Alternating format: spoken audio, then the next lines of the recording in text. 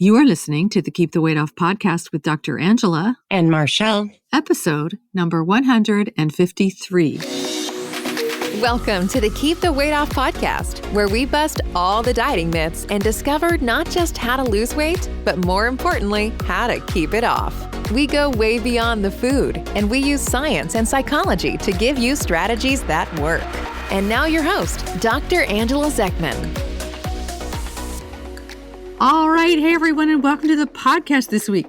We're super excited to be here this week, right, Marchelle? Yeah, definitely. I feel like I'm just kind of popping in to do the recording because I have like this whole life mess going on. My house is destroyed because we're getting our carpet replaced. Oh my gosh. Yeah. And so it's just been crazy here. So it's nice to sit down for a few minutes and be here with you guys. Does this mean that like all the furniture is in different places? And yes. Yep. Oh my God. Yep. It's all torn apart and there's furniture all over the place. And there was this loud banging all day going. I mean, it was just like construction work, Yeah. And so everybody's like running around and trying to get stuff put back together. So like I said, this is a nice little break to be able to sit down and focus and record and be here with you today. So thanks. So if we hear any banging, we shouldn't worry. No, they're done for the day. They're done. They are. Okay, yep. Good. All right. Well, I think that this is going to be a really interesting discussion that we're going to have for this podcast. All right. So for our listeners, Marchelle and Gabi and I were talking about this subject in the office last week, and I decided we need to do a podcast about this. And if you don't know who Gabi is another one of our medical assistants at the clinic here in Olympia. And so we were talking about this after we were done seeing patients that day. We were really struck by this story that one of our patients told us. And this particular patient has a history of cancer and had seen her oncologist, her cancer doctor. She'd also seen her primary care doctor since she'd seen us.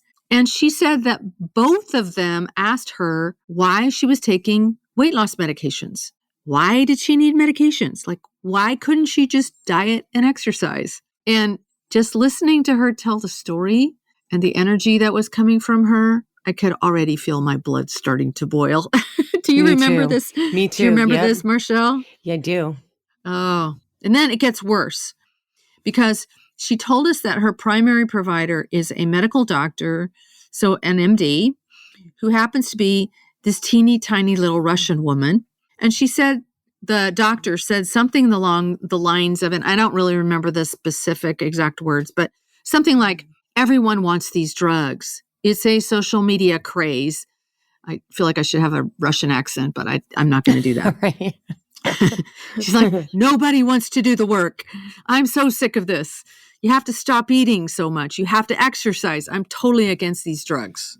So my blood was boiling in massive ways. And I really had to check myself, and I really had to check my response, because as I teach our empowered weight loss students, it's not what someone else says that causes an emotion within you. It's your thought about what someone else says that causes the emotion in you. Okay? Ooh, that's a good one. Yeah. And my thoughts were all over the place. So I was thinking, she has no idea what she's talking about. She's prejudiced against people who struggle with a life-threatening disease. And my thoughts even went so far as to say, this woman is a terrible doctor and she has no compassion for people who are struggling. That's kind of what I was thinking too when she was telling me the story. I was just like, that lady doesn't know what she's talking about. I know. And I got really defensive too. Yeah, it's hard. So I had to I'm sitting there with my patient, listening to her tell the story. I'm hearing these thoughts in my head. I'm feeling my blood start to boil. And I had to check myself. And I did. I calmed myself down. And I managed to calm my patient down too. Because here's the truth of what's going on. Most healthcare professionals have no idea that obesity is a disease. Now, we know that obesity is a chronic, progressive, relapsing disease with a myriad of complications. This is what current science tells us, but most healthcare professionals are not up to date with the current science on obesity. Obesity kills 300,000 people every year in the United States alone, and it takes 8 years off of our lives. And most people with obesity have spent a lifetime trying to diet and exercise their way out of it, and very few succeed using that strategy alone. And why is that? Is that because all of these people have massive character flaws and are really just lazy gluttons? Absolutely not.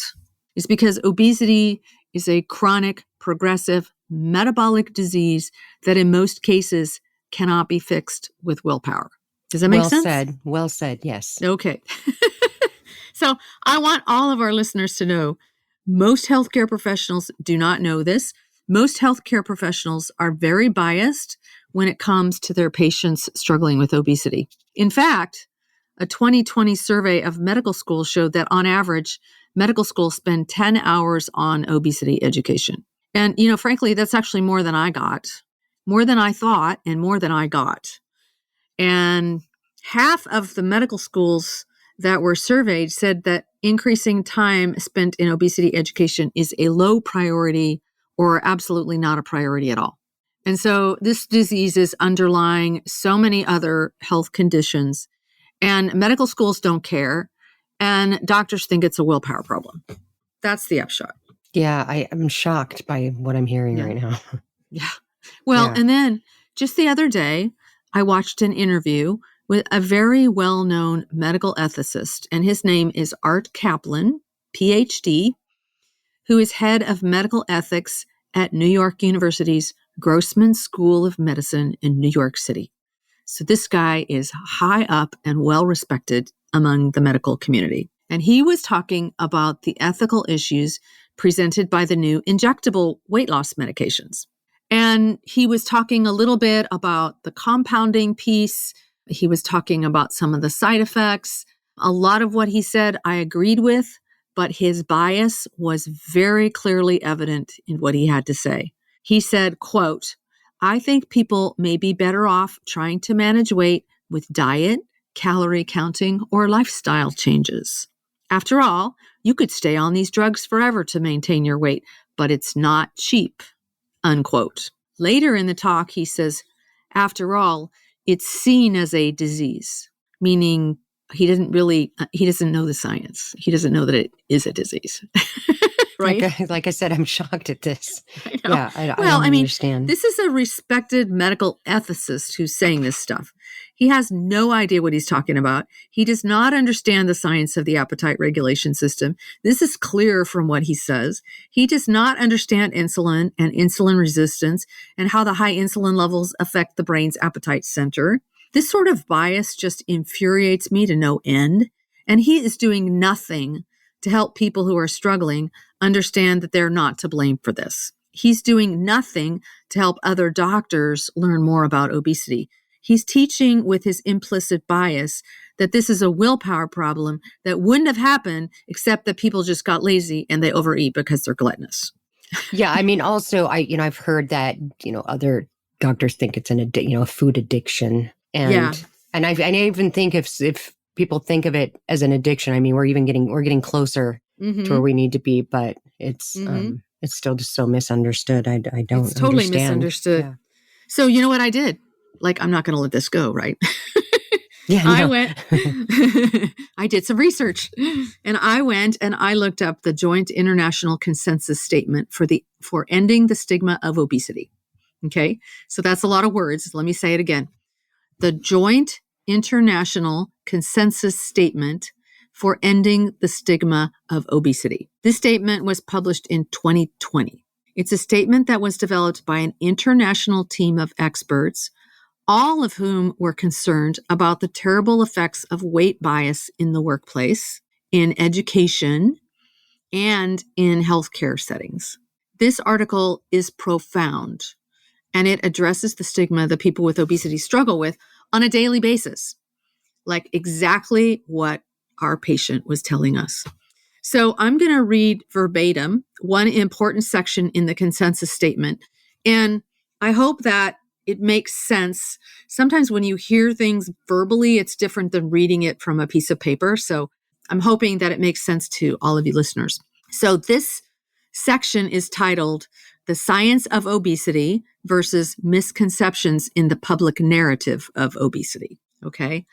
And point number 1, the assumption that body weight is entirely under volitional control. So that means we have control over it, right? And that voluntarily eating less and or exercising more can entirely prevent or reverse obesity is at odds with a definitive body of biological and clinical evidence developed over the last several decades. So in other words, what this is saying is the whole calories in, calories out thing is not consistent with the scientific evidence. Okay, that's point number 1. Point number 2, popular expressions such as energy in versus energy out or calories in versus calories out are misleading because they inaccurately imply that body weight and or fat mass are solely influenced by the number of food calories ingested and the amount of energy burned through exercise. This narrative is not supported by evidence and provides a foundation for popular stigmatizing views that blame individuals' lack of willpower for their obesity.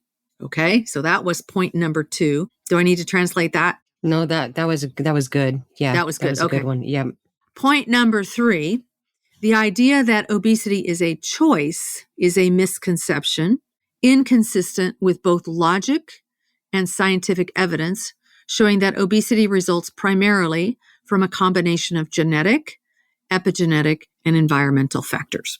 Okay, so I think those are 3 super, super important points about what science tells us about the ridiculousness of this whole calories in, calories out. You should diet and exercise your way out of this problem.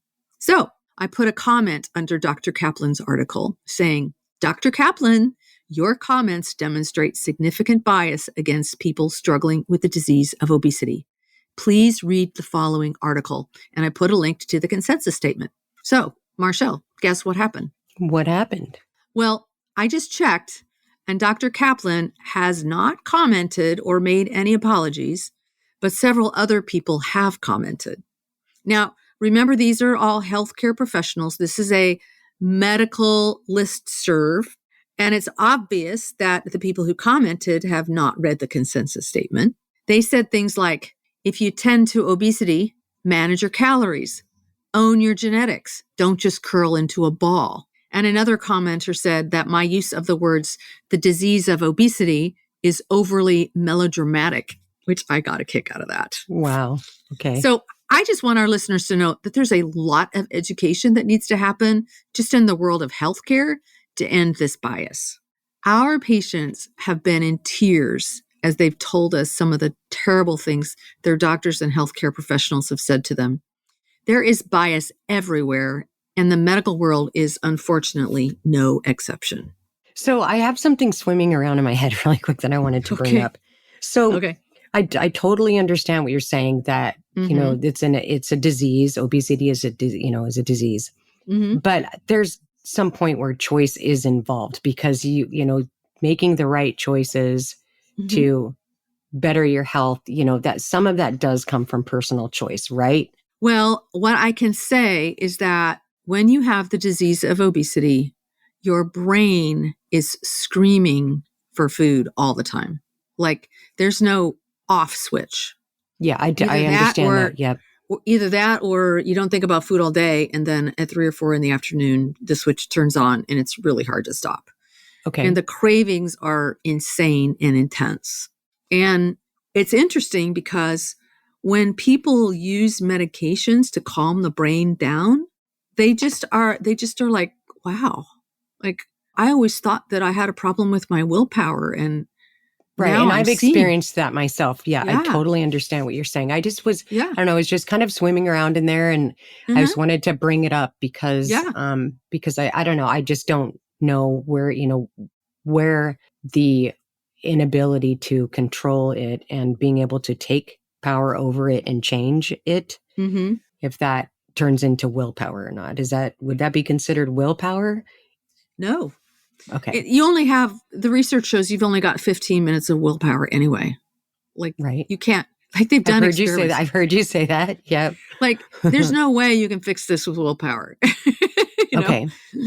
So for some people, when they stop eating junk food and they start eating whole food, the brain corrects itself.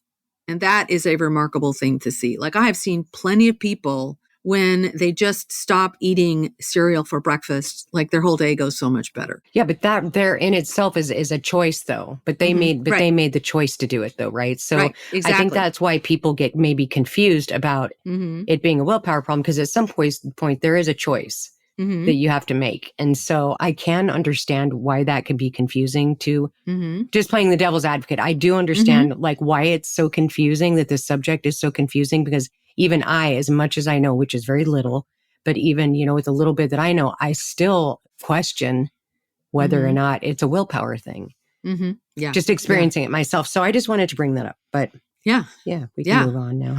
Well, the point is that this whole calories in, calories out, just restrict yourself, like that's insanity. The whole thing is insanity. So I just want our listeners to know, like, if you hear this sort of BS from your healthcare professional, you're not alone, number one. Obesity medicine professionals would never say these things. We understand that this is a terrible disease and it's very difficult to keep under control. And there are complex factors involved, including a processed food industry that is constantly advertising in your face all the time, your genetics, how early you were exposed to these toxic foods, environmental issues, how much you've slept, all kinds of social bias. Like there's so many factors going on that affect this disease and how it manifests. Not all of us, but many of us understand that processed food is a drug. And so there's an addiction component to overcome too. That makes sense. Yeah. Yeah. So, and interesting, I was just, but while I was waiting for Marchelle to get on because she was busy trying to clean up her house, I got on social media and I saw a post by a colleague of mine. His name is Dr. Spencer Naldowski. And he said, imagine being angry at someone because they lost weight and improved their entire life by using a medicine instead of only diet and exercise. And he says in the comments, he says, quit fake worrying about side effects. You don't actually care. You have an obesity bias. Oh, geez. Ouch. Shots fired. Yeah, exactly. So again, those of us who are specialists in obesity medicine understand this. And we are trying to end the stigma of obesity. It's a long, hard road because we have it is. all it's of true. this BS from so many of our colleagues. So I just want our listeners to know, like, it's not easy, but there's hope. And I want you to not hesitate to do whatever it takes to keep yourself healthy and vibrant. And don't let some unknowing healthcare professional ever try to make you feel bad for taking medications or having surgery to help you get this disease under control. Yeah, one way, I just want to say one way to help us spread this information that you work so hard on is to share this podcast. So I just want to with your doctor. Yeah, exactly. So if you could, like it, share it with people, then it helps, get the awareness out that we so desperately need. Exactly. Yeah.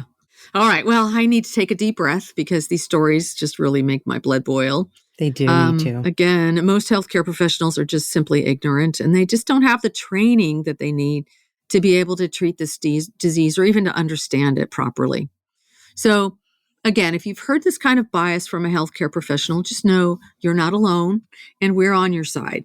And if you want support and a community to lean into, we've got our free Facebook group, which is called Sugar and Flour Busters Society.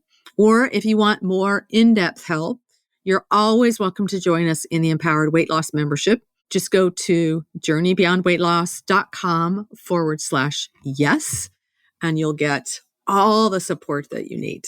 Did I miss anything, Marchelle? No, I think that's it. Yeah. Okay. I mean, I'm sure there's so much more we could talk about, but for this episode, I think we're done. Okay. All right, everyone. That's what we have for you this week. And that was a lot. I need to go calm myself down. I understand. I'll go check the comments on my comment on Dr. Kaplan's thing. Right. Anyway, take care, and we'll see you all next week. Bye. All right. Goodbye, everybody. Hey, if you really want to lose weight and keep it off for good, your next step is to sign up for Dr. Angela's free weight loss course, where you're going to learn everything you need to get started on your weight loss journey the right way. Just head over to journeybeyondweightloss.com/free course to sign up. Also, it would be awesome if you could take a few moments and write a review on iTunes. Thanks, and we'll see you in Journey Beyond Weight Loss.